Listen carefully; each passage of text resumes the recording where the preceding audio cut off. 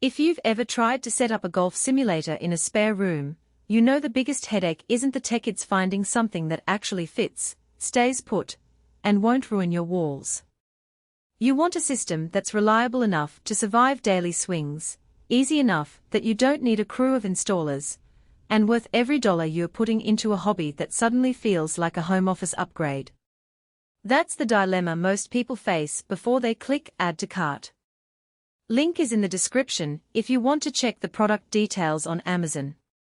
I spent the last 2 weeks comparing a handful of DIY enclosure kits, reading through user forums, and watching the same unboxing videos a dozen times just to figure out what mattered in real life.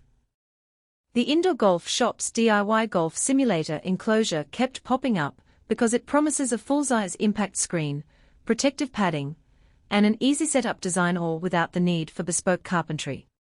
The question is, does it actually deliver on the promise of a plug-and-play home simulator, or does it hide trade-offs that only become obvious after the first dozen drives?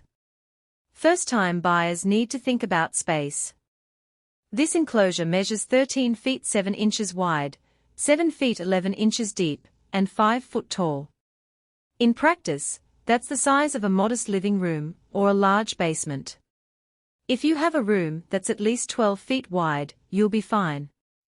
Anything narrower, and the side panels will press against the walls, making the screen wobble or, worse, risking damage to your paint. The good news is the kit comes with a high-quality SIGPRO impact screen that's designed to absorb the kinetic energy of a driver swing without tearing. In my own testing, a 130 miles per hour swing left no visible marks on the fabric after multiple hits, which tells me the screen isn't just a cheap piece of nylon. That's a concrete advantage for anyone who plans to use a driver or a fairway wood regularly, not just a putter or mid-iron. Installation is where many kits stumble. The Indoor Golf Shop version includes pre-drilled holes, corner brackets, and protective padding that snaps into place. You'll need a drill, a screwdriver, and a couple of friends to hold the vertical poles while you tighten the bolts.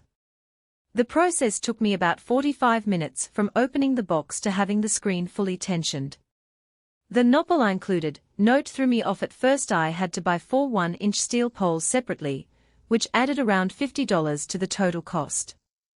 That's something you need to factor into the budget, but it also means the enclosure is lighter and easier to move if you ever need to reconfigure the room. For renters, the fact that the poles are not built-in can be a blessing because you can take them with you when you move.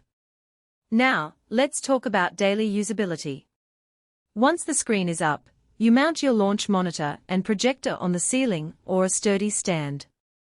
The padding around the perimeter is a nice touch. It protects the screen from accidental knocks, and it also dampens the sound of a ball hitting the back wall.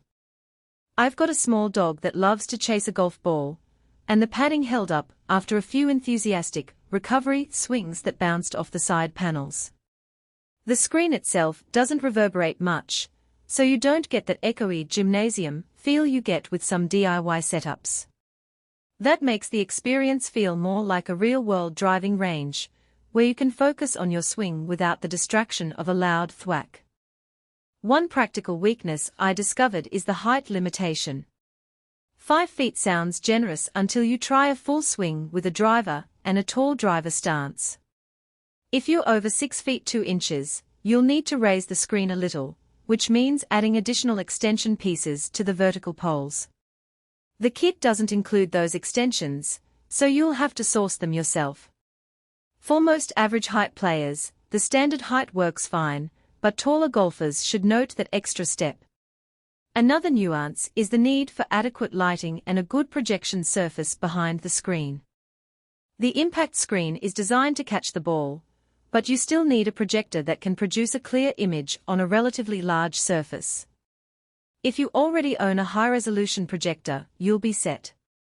If not, you might end up spending an extra $200, $300 on a projector that can keep up with the screen size.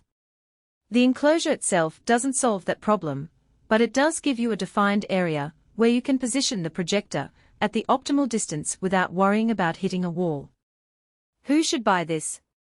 If you're a serious amateur who wants to practice drives, iron shots, and even short game drills year-round, this kit hits the sweet spot. The combination of a premium impact screen and protective padding offers a level of durability that you'd expect from higher-priced professional rigs, but at a price point that stays under $1,000 for the Enclosure alone. It's also a solid choice for coaches who need a portable solution to bring to